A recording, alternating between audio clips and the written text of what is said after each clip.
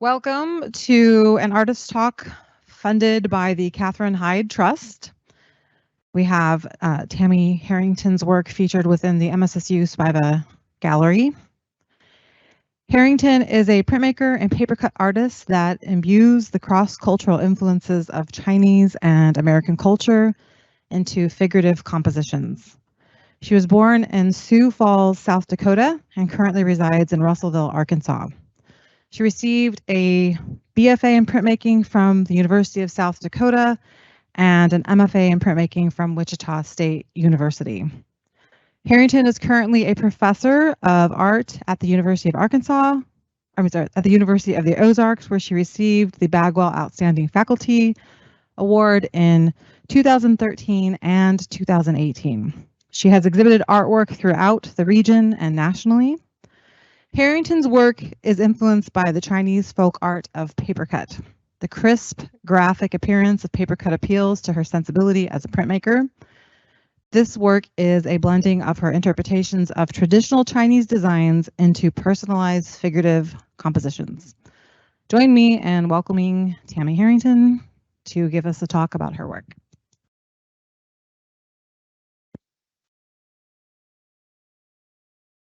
Hello, everyone.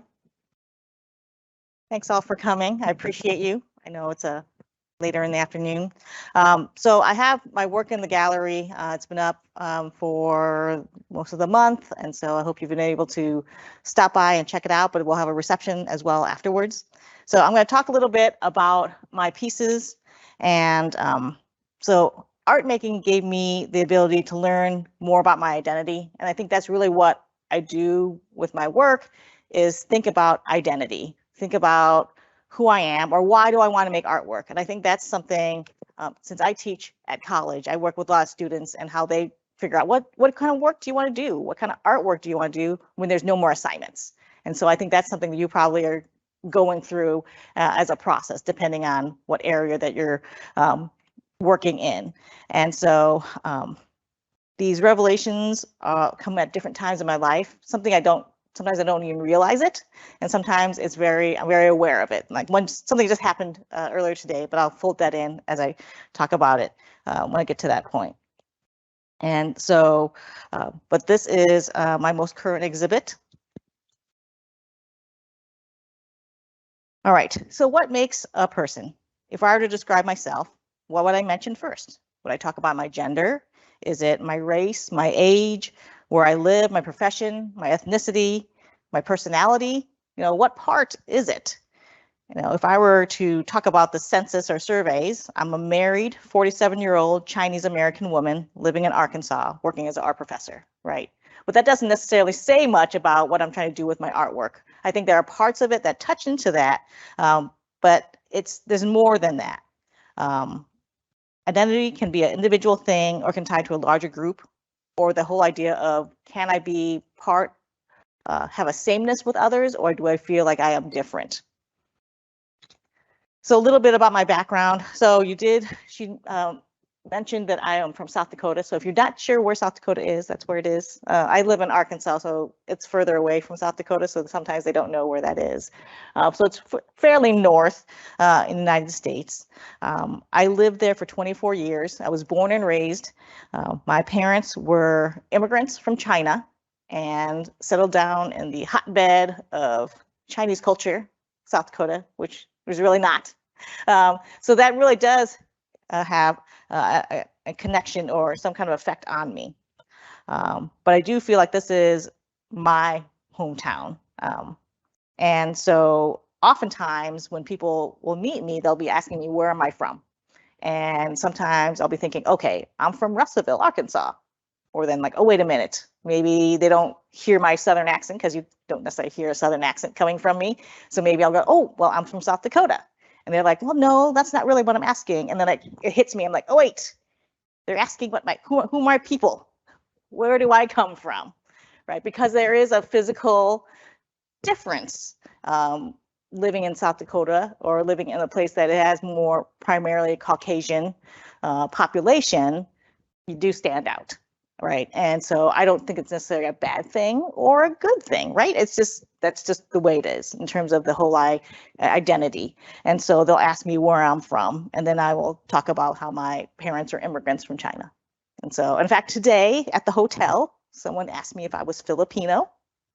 So it's just something that is just part of my experience, right? In terms of being this shell within the existence. Like I said, it's not a bad thing or a good thing, but that does have an impact in terms of how do I see myself fitting in or standing out in a crowd. So this is a picture of me. This is actually me in Hong Kong. But this is also from where I grew up. So you can see there's lots of snow in South Dakota. And I was the youngest in the family. And what's interesting too is that I do consider myself very American, but I also consider myself very Chinese. So it's a little bit of both. And I think that in today's world, where there's so much blending of cultures, blending of races, blending of heritage, sometimes there is not just being, I'm only this, I'm only that. You know, so I do really feel I am both Chinese American, especially when you think of my name. So if you were to hear my name, Tammy Harrington, you probably wouldn't imagine this in terms of the visual appearance. Although I did grow up and my last name was Yu, so that did have that connection. My parents immigrated to South Dakota, and I have two older sisters, and they wanted to give us very Americanized names. So my oldest sister is named Julie, my middle sister is named Mary, and I'm Tammy. All right. Although I do have a Chinese name, but I never really was called that growing up. Although I do have those two parts of me. In terms of population-wise, where I grew up, it is very predominantly Caucasian. The largest minority would be Native American. So really, in terms of Asian or Chinese or Japanese or Korean kids, there was a very, very small population. So at the grade school that I was at, I was in each grade, there was usually like one Asian kid. And so I was the Asian kid in that grouping. All right. So in terms of that, talking about how, standing out, but trying to fit in at the same time. So I don't feel like I've had any kind of negative impact, but it was much different. I'm showing these pictures because there's also a combination. So you'll notice that I grew up in the 70s. So you can dig those really 70s clothes and that couch, which is actually pretty horrendous looking if you take a look at it. But this really shows the mixing of my Chinese and Americanness, right? So I lived in a little Chinese bubble where I had a grandmother that lived with us in the household. And I'm, in fact, in my house right now, my parents live with us, or we all live together. So that's a very minority experience. You can see I've got little Chinese trinkets. I've got the lantern, the little tchotchkes, the Chinese characters on the wall, the silk pillows. But in contrast, notice how we're wearing very Americanized clothes, right? So I didn't wear Chinese clothes growing up. And so it was that mixed bag of two worlds that existed, especially once you turned on the television. There was this time before satellite dishes. And so everything was American English speaking television. So I had like almost like Chinese world inside my house. But then once I broke into the media or into the outside world, it was very Americanized.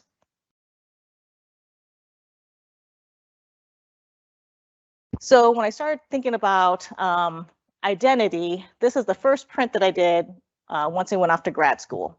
All right, so you can see that this doesn't really have any kind of Chinese-ness to it. In fact, I was just trying to figure out who I was in terms of identity, my identity, or what I wanted to say. And this captures really more the feeling that I had moving away from home. So even when I went to college about an hour away from home, but then I was that kid that drove home every weekend so I could work and see my family. And then of course, had a boyfriend back at home as well. But now that I'm at least 13 plus hours away from them, it did really have an impact. I was married at the time, so I didn't have a total sense of being separate, but this one is called Different State of Mind. And so this is my profile, and I utilize the tornado as an homage to Kansas. And I'm sure you guys probably have some tornado action in Missouri as well. But that also the tornado depicts how I was feeling emotionally. So you can see that this is a linoleum print. So I really like this graphic type of look.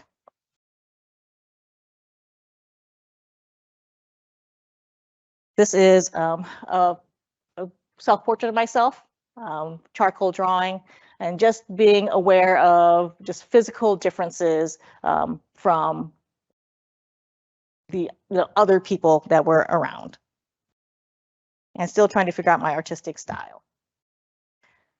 Something I wanted to think about was how do I want to depict myself or my Chineseness, and that was something I was purposely trying to figure out in graduate school, because I wanted to, instead of thinking about identity as like a larger construct, maybe something more individualized to me. So you have the whole idea of the Chinese woman in the media, right? So there is, the clothing and a certain type of look, which I don't know if it necessarily fit into what I was trying to be, right? And so it's a question of, as a female, is it a sexual thing? Is it soft and demure? Is it a second-class citizen? What is it I'm trying to figure out? And I didn't necessarily want to use these characters either, although I really do appreciate the dragon and these ink paintings. They didn't really have any connection to me personally, because I also didn't want it to be really corny and like, okay, I'm just going to throw a dragon in there and I'm going to see how that's going to turn out.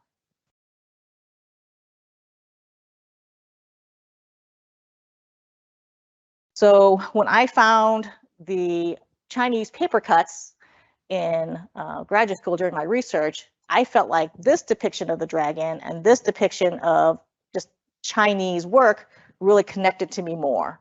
Because if I go back to this piece here, it has that same graphicness, it has that same crispness and symbology as well.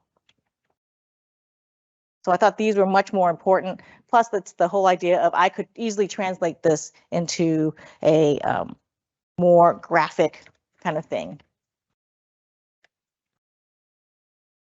So these are some of the zodiac pieces. Something else that I also had a connection to myself was the whole idea of the Peking opera. So I not really attended any of these, but I always watched these. And because my parents, since we lived in South Dakota, they didn't have, there wasn't very much Chinese food. In fact, my parents worked in a family restaurant that was a Chinese American restaurant. So I don't know if you've ever been to one of those or have ever seen it. I guess the buffets are kind of like that. But it was a place back in the 70s and 80s where you could go get Chinese food and you could also get a milkshake and a hamburger at the same time, because it was trying to cater to whatever the population was interested in attending. Especially, they really liked going to that restaurant because it was open after the bar closed, so people would go there, and so they would eat whatever food they were interested in.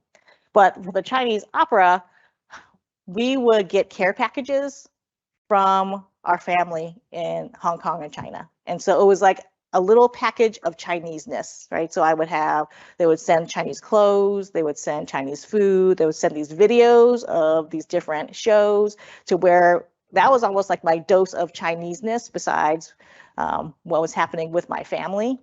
And so that is a struggle. I think the same person that asked me today whether I was Filipino was mentioning that he had known someone that was Filipino, and that she had a daughter that was very Americanized, and she didn't want to speak the language, she didn't want to be part of the culture. And then he was telling her, well, you should be part of the culture, you should really embrace your heritage. And so that, I think, is the tension for, I think, that person and myself, because growing up, I wanted to fit in with everyone else. So I don't really speak a lot of Chinese. And that can be a source of embarrassment, or like, oh, am I ashamed of that? But after thinking about it and after working on my artwork, I am not. This is just how I am in terms of my existence growing up. I am not denouncing my Chineseness, but I'm not necessarily needing to embrace it, because I am Chinese doesn't necessarily mean I am all Chinese. I am not. I don't know everything about China. am not a master of the culture. I am a Chinese American. And so that's where I'm trying to figure out, how do I depict my work? And an instance that happened when I was actually visiting family in Hong Kong is, because we didn't speak very much English, all my sisters and I, not English, Chinese, we had a relative that spoke to me in an elevator, and she said that, and she told me, you are not Chinese because you don't speak Chinese. And so that really, as a young person, you know, in 4th grade, and even now, that's kind of a cutting kind of remark in terms of how authentic am I in terms of who I am. And so that's where these questions, like I said, begin in terms of how do I want to go back and forth with that. So I went ahead and attempted my version of the Chinese Tammy, right? So this is Tammy, but this is the Chinese version of her, to where instead of just my physical appearance being Chinese in my facial and other physical appearances, I've applied the Chineseness to myself by putting on the makeup and the clothing, right? Because really, if you take a look at this person, you don't know if the person underneath is from, has a heritage of that. So I'm applying that. I also named it Oriental Princess from another, one of my life instances. I was out at a bar and just having a good time, dancing with someone, and I was not dressed at all Asian. You know, this is in South Dakota. I was just, you know, what was popular at the time was, you know, like prep school, you know, plaid skirt and a regular t-shirt top. And he called me an Oriental Princess. And so, which was interesting because, like, I didn't think of myself as an Oriental princess, but I've taken on that moniker and say, like, okay, I guess that's who I am, the Oriental princess. Because in terms of like PC talk, if you're talking about people, you describe them as Asian. If you're talking about things, you describe them as Oriental. So that one even has more layers, right? Because it's the whole idea of something that is connected to me because of physical appearance, but then also is it a possession versus something that is an identity.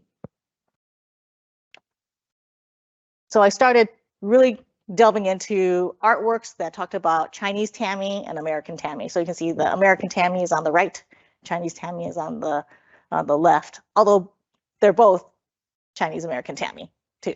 Right. And what's interesting is when I painted this, you can see that I've got a really strong influence of pop art on my work. So you can start to see things are changing in terms of, you know, the work that it's more, I do still like to draw in this manner, but things are becoming more flat and stylized, much more about color and pattern, and how color can have and pattern can have some kind of influence in terms of content. So the American Tammy is American because there's no Chinese features, except for I've really made my skin very yellow, right? Because there's that whole stereotype of Chinese people having yellow skin, which in terms of where it comes from is there is more of a yellow pigmentation to my skin, but it's not necessarily like Simpsons yellow that you see there. And then once again, the whole idea of Chinese Tammy applying the work. And then this is some lattice work. So after that, I went and started doing more with how do I incorporate the Chinese paper cut look into things that are part of my life. So this is, I'm out of school at this point, I had a child, and so this is my son. And I was influenced or inspired by the piece on your left here. And so he's riding a fish. A fish is a symbolic of being very prosperous and meaning you'll get money. And then it's also in the shape of a peach, which is also another prosperous, lucky symbol. So at this point, now you're going to see more work that's actually happening in the show. This is a drawing with the paper cut. So actually having paper cut onto, instead of using it as a print method, actually cutting out the paper. So this is one of my first versions of this, where this is mother and child. It's an ode to Cassatt. In terms of my art background and influences. But then I have the paper cut where around my son is like a tiger. It's kind of hard to see in this slide, but it's a tiger. They would have these clothes that they would put on the children to where they would protect them from evil spirits. So I really like the whole idea of like superstition and the whole idea of symbology. I put hearts in the corner to symbolize love. They're kind of built in there, and then the flowers to depict femininity. So now we get to this point, right? So there's still quite a shift between here and here. And so if you take a look at this, this was whatever, back in 2005. So that's a long time ago. This piece I think I did in maybe 2014, something like that. I think what's important for you now, and I know you're in the middle of school and there's a lot of expectations for you and you have lots of things you probably have to, you might have to work, you have to go to school, and you have to try to have fun. And but what really helps you as an artist, if you want to continue to be an artist, is to have your people, right? And so that's what I found when I went to school, is I found my art people. Right? These are the people that I connect with and I make sense with. You need to also still find your people after you get out of school. So fortunately, I have a group of women that are also artists, and most of them are professors that teach at college, and we get together. We try to get together once a month, but it's been a little hard with the pandemic, to where we can talk about each other's artwork and give each other critical statements, but we also treat it as like a social time as well. So this came about from one of those critiques of my artwork. Prior to this, I was doing a lot of just only red. You can see like where I'm only just using the red paper. Red is a lucky color in Chinese culture, but I didn't think of like expanding beyond that. And so one of the people in this group told me, why don't you cut into your prints? And I never even thought about doing that. And so that was really a major pivot in my artwork, because I started applying this Chinese pattern that I found of clouds onto my figure. And you can see that it really abstracts it. It kind of hides who I am, or that this is a person, but yet you can still, if you look, it kind of looks like me at the same time. And I didn't know why I was doing this. And that's okay when you're making artwork. You're just like, I'm just going to try this and I'll see what happens. And I'm not sure how this is going to go. And in fact, I cut this, the main figure and the background, and then I let it sit, because I put it on this lighter color gray paper. And I just thought, this doesn't really work very well. So it sat there for a few months until I changed it out to this darker gray. Now that I look back on my pieces, I feel like I'm still applying my Chineseness or American patterning, or the whole idea of patterning, but in a way that's more subtle, that touches on the clouds are a symbol of being auspicious, meaning that you are closer to the heavens, so that you are more enlightened. But I didn't think about that when I was creating this. And then I also have the flowers, which are symbols of femininity. But to some extent, I also put the flowers in my hair because I really love Frida Kahlo and how she has the flowers in her hair all the time too. So you can see that there's still the art part of me, especially Western art, but then there's the whole idea of my Chineseness together. What I also like about my pieces, if you take a look at them, this one is not as delicate as some of the other ones, but it's finding, putting together some patterns to where it makes it seem like it's very delicate and fragile, but yet perhaps strong at the same time, because I glue them together. This one, I have multiple layers of color, and I feel like with this one, there's like a stillness, kind of a quietness, more contemplative, whereas this one has more movement and energy. And so I think at times with my pieces, sometimes I do want to have more emotions that are still almost frozen in time. And then sometimes I also want to have more sense of movement, but the figure still seems to be frozen, but there's all this chaos around you. And so I think that is kind of the two parts of my world kind of trying to connect. Either they connect or they clash, or they cause some type of motion. And I think to some extent, like I am not a very good swimmer. So when I put the water around me, it almost seems like I am putting myself in a dangerous situation too, because if you drop me in a body of water, I would not have a good time getting out. So it'd be a little dangerous too. So these are not pieces that are in the show, but these are pieces that have built up to it. And now you can see that there is a more definite sense of this movement to where I'm getting swept up, and I'll have different types of patterns. So you can see now I have this type of smoky pattern on the figure where, like I said, it masks it, but yet you can still see enough in terms of recognizing that's a figure. And then I have the symbols of the crane, which are symbols of longevity, but there's a lot of movement and swirling and things like that. And then plus when I get to these bigger pieces. So this is one of the pieces in the show. And I feel like I've even kind of pushed it further to where they're more delicate. I have more cuts.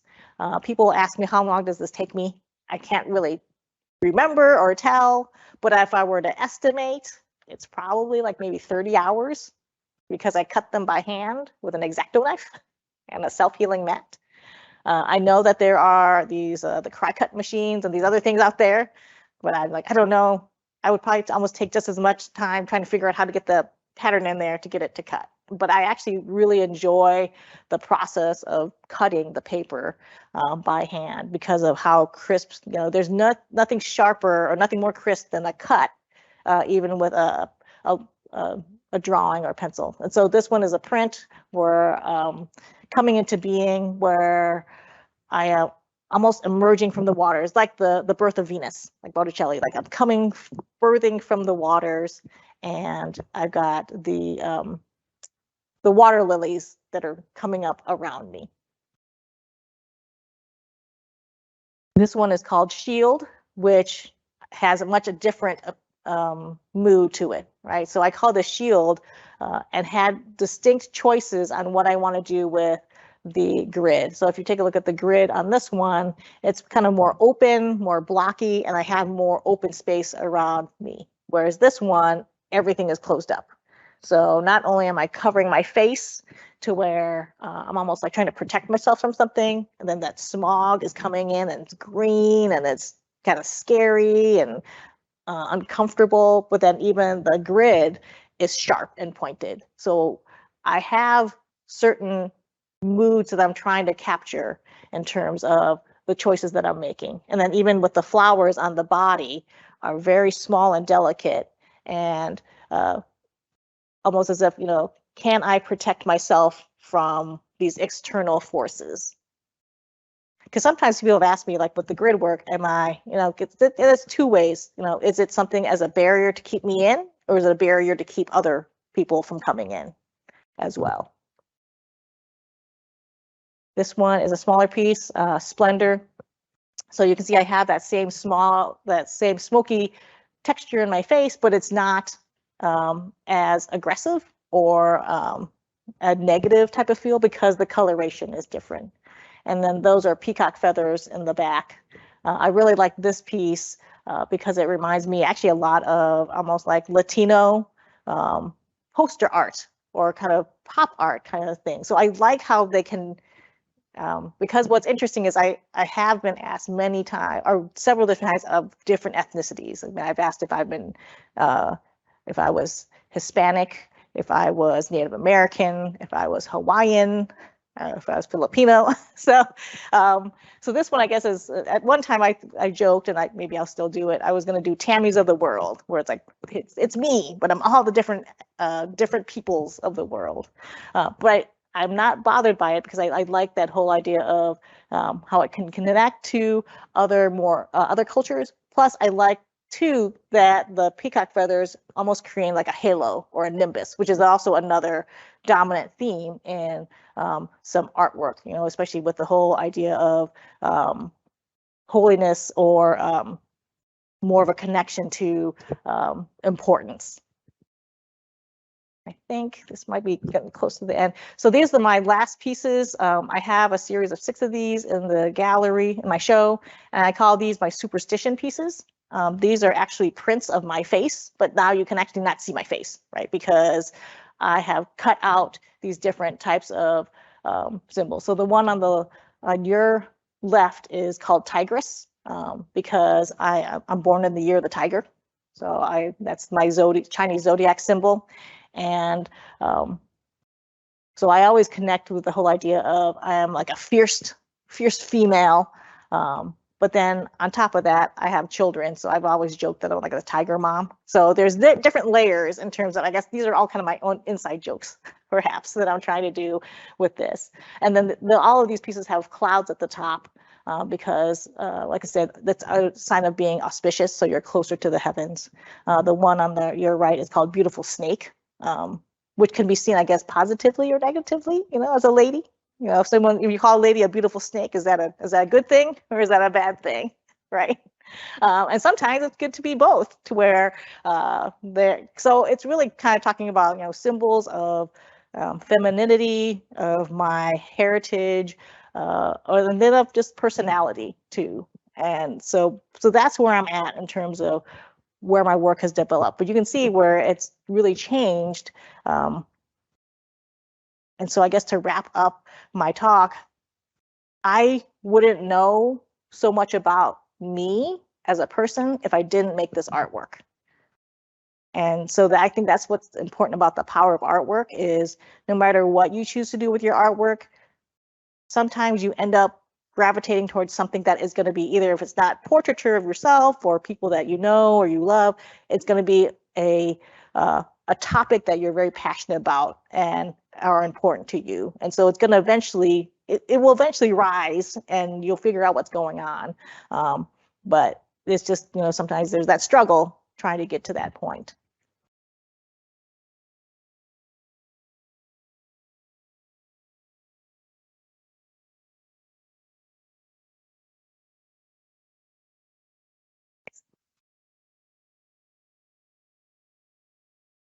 I usually, with most of my pieces are going to be like, I'm working with 3 different layers, right? So I have, I usually have something that's printed, like an intaglio print that I actually cut into. This is decorative paper. And then I have my red. So usually there's the red, which is kind of like the stabilizing factor and the more geometric component. And then I have a figure, and then I have like the other thing part of it. Even though this has 3 layers, it's also really challenging because you can see, like, for example, I have this is glued or lays on top of this, but wherever this hits the grid, I have to like cut off the little pieces and glue the little pieces together so that they will, like I said, it's the whole idea of this is very delicate. Like I can't like run around with this artwork. Because it can snag, but it's also very strong. Like if I were to pick it up, everything's glued together. So it is very sturdy. So it's that, once again, that balance of delicateness and fragility, but yet trying to add strength, trying to make it as strong as possible. And it's also thinking about gravity, right? So I don't usually notice how I have lines of where I make sure things are connected in different parts to where I'm not having one part kind of hanging loose. This one was a lot easier to deal with because I had more things connected together. And then, but it does take a long time to cut these because I can't, with an X-Acto knife, you can't keep cutting. My finger can only last for so long before I start making mistakes. And actually, it was interesting. I finished a lot of these pieces in May, and my finger is finally starting to get feeling in it again. So, which I guess is just a casualty of the job.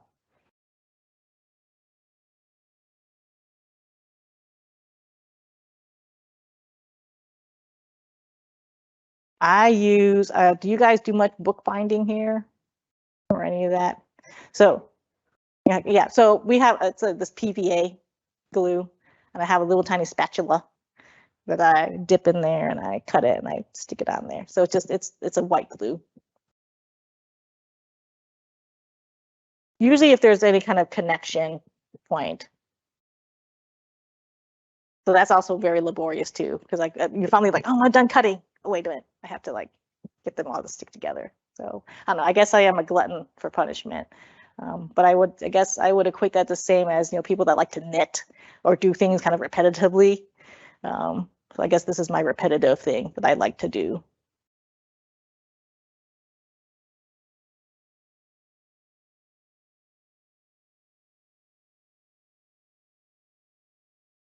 You can also ask me at the reception. You don't have to ask in the group. So yes, we do have a reception immediately following the talk. If you have not been over to the gallery to see the work, then feel free to come over and talk to Tammy and have some refreshments. The code word for my classes, if you're online, I know there are a number of people online right now, and then also here for extra credit is Tammy. And hopefully we'll see you over in the gallery. But thanks for coming. Thanks Thank you, Tammy.